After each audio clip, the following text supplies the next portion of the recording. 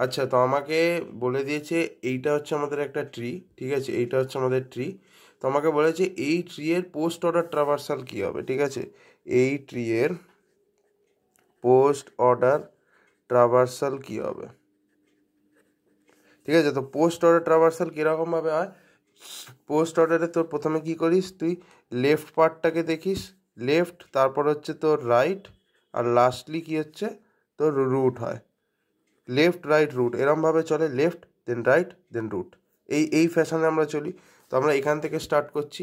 আমরা লেফট কী কী আছে দেখ, এইটা হচ্ছে তোর লেফট সাব ট্রি, এটা হচ্ছে right sub tree, then this is the root, এরকমভাবে চলবে।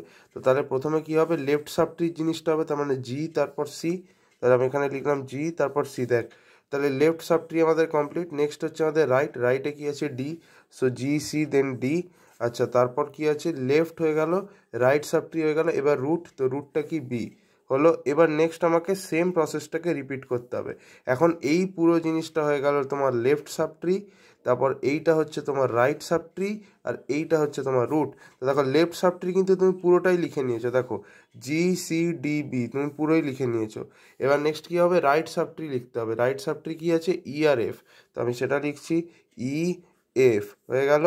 দেন তবে এরকমভাবে লিখতে পারবো না, রাইট সাব ট্রি তো আমাকে ওইভাবে লিখতে হবে, left right root, E F লিখলে হবে না কিন্তু, না না নেভার, আগে left then right then root. তো লেফটে কি আছে, রাইট সাব ট্রি লেফট হচ্ছে F, then right sub tree right কি কিছু নেই তো ছেড়ে দাও, আর রুট, রুট হচ্ছে ই, ব্যাস হয়ে গেল।